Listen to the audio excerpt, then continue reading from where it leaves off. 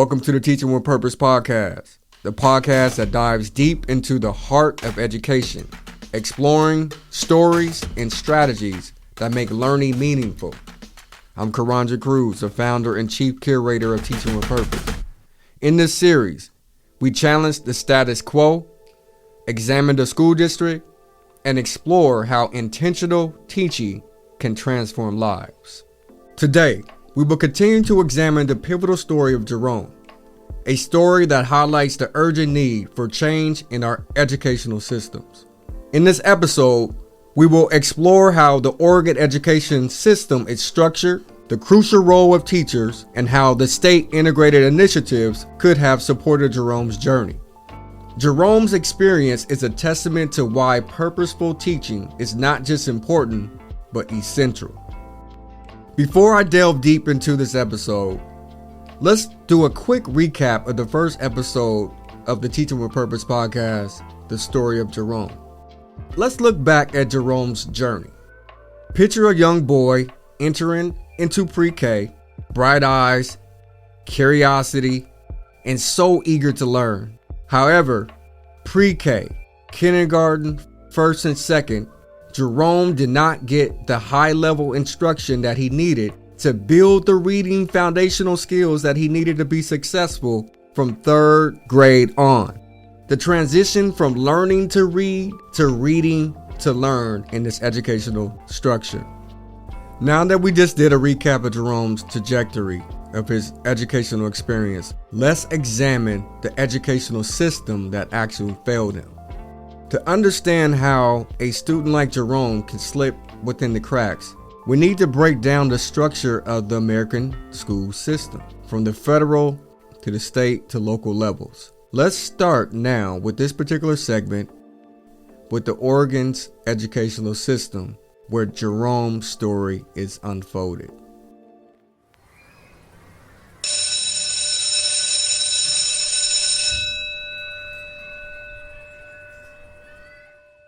The Oregon education system is a complex network designed with the intent of providing quality education to all students. But as we saw with Jerome, good intentions don't always translate into positive outcomes. Understanding its structure reveals potential areas where we can improve to save students like Jerome. Let's look at the top. We have the Oregon Department of Education. In Oregon, we have a state superintendent. Our state superintendent is our elected governor. The elected governor will also appoint a deputy superintendent. The deputy superintendent is in charge of running the operations of the Oregon Department of Education. ODE sets the educational standards and oversees policy implementation. The ODE works closely with State Board of Education. They also work closely with the governor's office and other stakeholders aligned to educational initiatives with state goals and legislative mandates. For Jerome, the Oregon Department of Education policies and early interventions and personalized learning could have been crucial for students like Jerome. Imagine if ODE had the ability to hold districts accountable to implement more robust policies for identifying and supporting struggling students early on. Jerome's challenges might have been caught and addressed before they compounded as he carried on into the grades. Moving down the ladder, we have the school district led by the superintendent. They're responsible for managing local schools and implementing state policies at the local level. Each district is governed by a local school board that sets educational policies, approves budgets, and hires the superintendent. Let's look at Jerome's story and his situation. In Jerome's case, if the district created policies that have more accountability when implementing state policies and allocation of resources that don't directly affect students like Jerome, by viewing ongoing assessments, the district could have noticed right away the struggles of students like Jerome at the early childhood grade level. We look into these episodes of this Teaching with Purpose podcast, the theme that you're going to constantly hear in the transition from learning to read, the early childhood education aspect from pre-K so I would say 2nd to 3rd grade, the transition from reading to learn. We all know that we had to do tons of worksheets. We had to read and complete worksheets throughout our elementary, middle school, and sometimes high school careers. Sometimes our schools is lacking teaching students critical thinking skills, not just how to do work and how to do something, but we have to think critically as well. If a district had prioritized resources for students struggling with reading and math, Jerome might have received the extra help he needed. Now we're looking at the school level, where principals play a crucial role. The principal is the instructional leader, setting the standard and modeling what high-level instruction looks like. The principal manages daily school operations and creates supportive learning environments. For Jerome, the leadership of his school principals was crucial. If they had implemented programs specifically designed to catch and support students who are falling within the cracks, Jerome might have been identified before it compounded. Imagine if Jerome's principal had created a school culture focused on individualized support and early intervention. Just more intention with the leadership and more intention with the instruction. Now let's trickle down to the most crucial aspect of education. It's the heart of education. It's our teachers. At the heart of education, we have the teachers, the ones who directly impact students' daily learning experiences. Their ability to adapt teaching methods and build relationships is so crucial. In Jerome's story, we saw the impact of ineffective teaching. If all of Jerome's teachers had the equipped knowledge and skills to teach effectively and with high expectations, we might have a different trajectory for students like Jerome. Finally, at the heart and the center of this entire system, we have students like Jerome and their families. Schools are supposed to encourage parental involvement and provide supportive services for diverse needs. Provide effective communication. Effective communication is key to engaging parents as partners in education. If parents are not aware of where their child is operating and what grade level, how would a parent know to help their child if they have no knowledge that their child is not even reading at grade level? These are the different problems that we face from students like Jerome. Jerome's story, we see how each level of this system, from ODE down to the classroom, played a key role in his educational journey. By understanding this structure, we can begin to identify where the system failed Jerome and how we can make changes to prevent similar stories in the future. Teaching with a purpose means to me that you have calling. It's not just a job. Having steps, having things in place to help you get to that goal and moving with an intention, I think is what teaching with a purpose is all about. Teaching with a purpose means to me fully stepping up into your power and unapologetically teaching the children that need to learn. Teaching with purpose means teaching on purpose. Like, you're not here by accident. I think for me, teaching is hard work. I don't do it just to do it. I do it because I care about working with the youth. At the end of the day, before you teach anything, you got to be able to have a connection. You got to be able to build with your students. If you don't have any form of connection and they don't respect you or admire you in any type of way, why do you think they are going to be able to listen and learn from you if they don't really have that type of reverence for you? So teaching with purpose is when you come here, you're going to understand, you're going to have a paradigm shift, you're going to have a mindset change, and then you're going to be able to implement that into your classroom.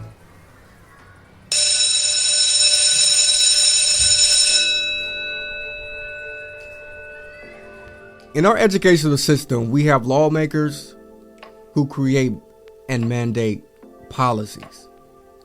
In this segment, I'm going to discuss ODE's integrated guidance initiatives and its potential impact on students like Jerome. Let's explore how the Oregon Department of Education's Aligning for Student Success initiative could have made a difference for Jerome if fully implemented and fully funded. In our educational system, we have lawmakers who create mandates and policies.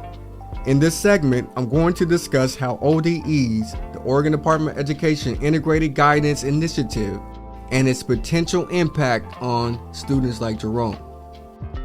Let's explore how the Oregon Department of Education's Aligning for Student Success initiative could have made a difference for Jerome if fully implemented and fully funded.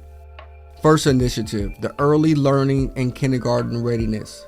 This initiative focuses on preparing students and children for success in kindergarten and beyond. For Jerome, this could have meant early identification of his learning challenges. Imagine if educators had spotted his struggles with reading and math before he even entered into the first grade. Early interventions could have been addressed, and these foundational skills setting Jerome up for success from the very start. The next initiative is chronic absentees. This program focuses on the improving regular attendance by addressing root causes of absenteeism. As Jerome began to disengage and skip classes towards his middle school and high school career, this initiative could have triggered early interventions. It could have connected him and his family with resources to address underlying issues and keep him engaged in school. The next initiative is Everyday Matters. This initiative emphasizes the importance of regular school attendance. By creating a culture that emphasizes the importance of attendance, this program could have helped Jerome and his family understand the long impact of regular school attendance. The next initiative is High School Success from Measure 98. This initiative aims to improve graduation rates through career and technical education, college-level opportunities, and dropout prevention strategies. For Jerome, this could have provided engaging hands-on experiences that connected his education to real-world applications. It might have offered alternative paths to success, reigniting his interest in school and providing clear goals for his future, which ties into the next initiative, which is one of the most important in my opinion. Career and Technical Education, CTE. CTE programs provide students with practical career-oriented skills and experiences. It connects students to the real world. For Jerome, CTE could have offered an alternative path to engage with his education by connecting classrooms learning to tangible skills and potential careers. It might have helped Jerome see the relevance and the value of his education, and that there's alternative pathways that you can be successful in this society. Student health and well-being. This focuses on addressing students' physical and mental health needs. For Jerome, who academically struggled, likely impacted his self-esteem or overall well-being. This initiative could have provided crucial support, access to counseling, health services, and programs promoting social and emotional learning. Could have helped Jerome develop resilience and coping strategies. If these initiatives had been fully implemented and adequately funded when Jerome started school, his educational journey and trajectory could have looked vastly different. From early interventions in his foundational skills to engaging in CTE programs in high school, Jerome could have received the support needed at every stage of his education. However, it's important to note, with these initiatives show promise, their success depends on the proper implementation and funding. So we always say there's systemic issues or systematic issues, but we have to remember that there's people running the system.